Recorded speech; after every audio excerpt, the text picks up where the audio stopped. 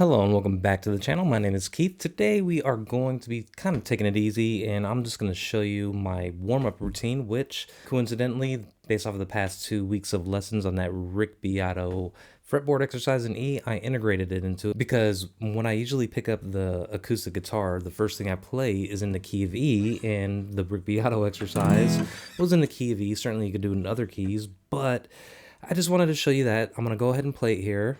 Again, E, and we'll break it all down.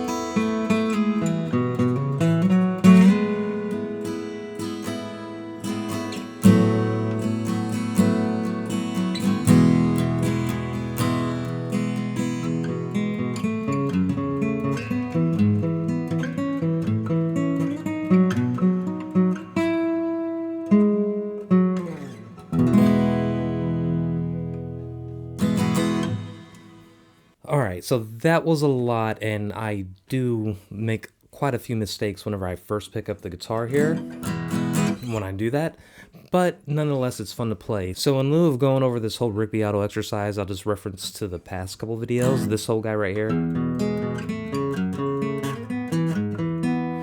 So go ahead and watch those two videos and watch his video as well to learn how to do that. But what I wanted to focus on was after I get all the way up here,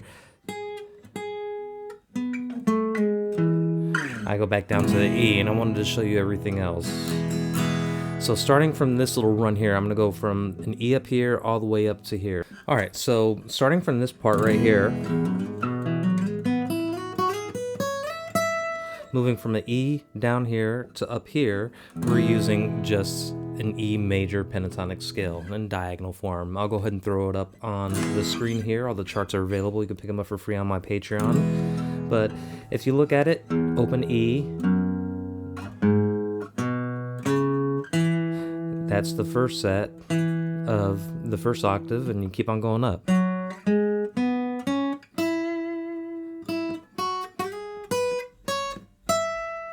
That's all we're doing, but instead of hitting all the notes, we're skipping some notes. So we're skipping this note right here, right? And then I'm barring right here. And then instead of going here, we're skipping this note. So basically we're skipping the sevenths.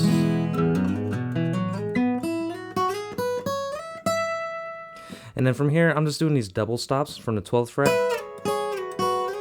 And we're in this territory of this E right here. It's an E-shaped E chord. How do we get that? Just imagine E, right? D, and then we have the C shape. Then we have the A shape. That's an A-shaped E chord. D, E. And then what I'm doing here after I do these double stops, I'm rolling down kind of descending on the 7th to the major 7th to the dominant 7th. So from the regular chord to the major 7th to the dominant 7th, while I'm keeping the bottom two strings, or the top two strings here, planted down, right?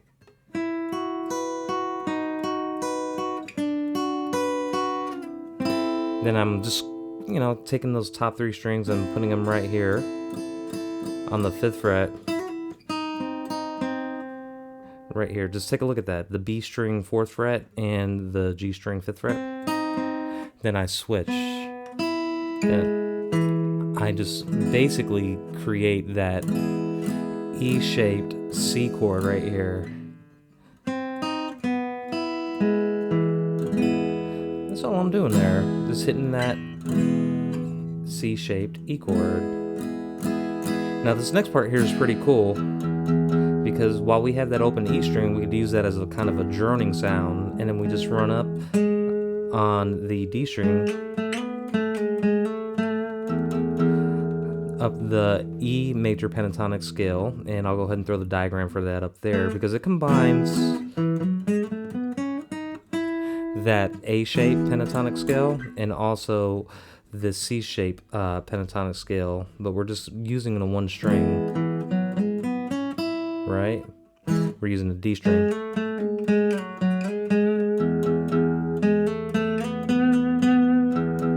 And I'm alternately hitting that low E string as that drone to say, hey, we are in the key of E. And then here's the beauty here. Right here I'm hitting a B triad, right? Because if you think about it, in the key of E, the 4 and the 5, the 4 would be an A and the 5 will be a B. So it'll naturally fit in that 1, 4, 5. So once I go from this droning section, I'm safe to just go ahead and hit that B triad and then back down to the A, and then I run through. That right there is just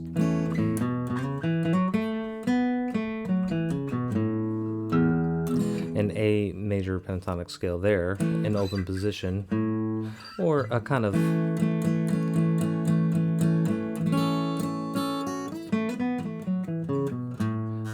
G-shaped A pentatonic scale, which is a really fun scale. And I'm kind of going from that A major pentatonic scale to that E major pentatonic scale, open position. So then I'm hitting that harmonic right here, and all you do for that is very lightly, without pressing down on the 12th fret, I'm barely touching those top 2 strings and then clicking it.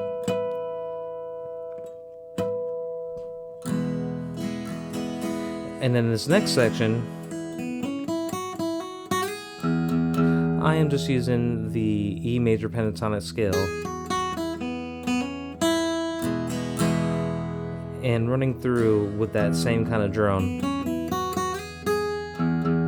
on that E major pentatonic scale. Then the next chord, I want to hit that 4 chord, which is an A. And then right here, if I hit this B string 2nd fret, matches right up with that A, right? So that's a C sharp. So this will be a C, C sharp. It's in the key of A. Then back to that E. Now I want to roll to the 4 chord, which is a B, right? So this will be, what is this, an F sharp? And this is a B, so that F sharp is in the key of B. And then roll back down to that E, right?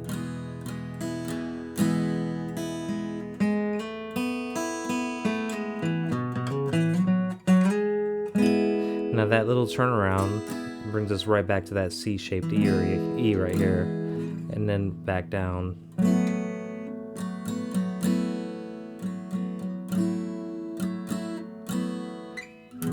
And the tabs are up there for you, so you can grab them to see exactly how I do this little turnaround. It's a really cool one.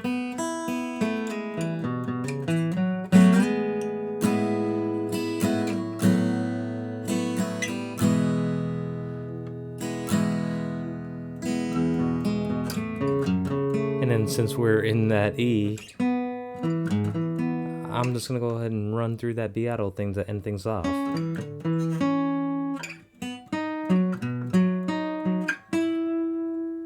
Right? Now, I know that was a lot to digest there, and I kind of went through that pretty quick, but essentially all the tools you need for something like that are right there in those diagrams, because if you know the pentatonic scales, diagonal form, you know your cage shapes, you know you have an E here, you have an E here, right? And then you have your sevenths, your major seventh and your dominant seventh there, and then, you know, just running through that pentatonic scale from on just the one string. So this right here, that note right there, the same thing, right? Same note right there. It's part of that scale, the E major scale. And so instead of playing it here, I want to continue everything on the same string. So basically what I'm getting down to here is understanding the different pentatonic scales and the cage shapes and how they correspond with each other. You could take a little droning thing like that and make up your own little kind of practice exercise, or you could just go ahead and take this one. But basically, this is what I do every time I pick up the guitar, and just to get, you know, my fingers a little warmed up. Even if I'm doing something simple, it just keeps me a little sharp, and finding new things like that beato exercise does help me integrate new things, because I think I saw Chris McKee off of Alamo Music Center says if you're practicing or if you're playing and you're not feeling challenged, then you're really not improving. So it's always a goal to feel challenged when you play to improve, because if you play the same things over and over, you're going to be getting good only at those same things instead of learning new things. So with that said, I hope this was helpful. And if it was, please like, subscribe, leave me a comment, join my Patreon, grab all the diagrams there, and hit up my Sweetwater affiliate links, which every purchase after you click a link, commission goes my way. Highly appreciate it. Hope you have a wonderful week. Talk to you later.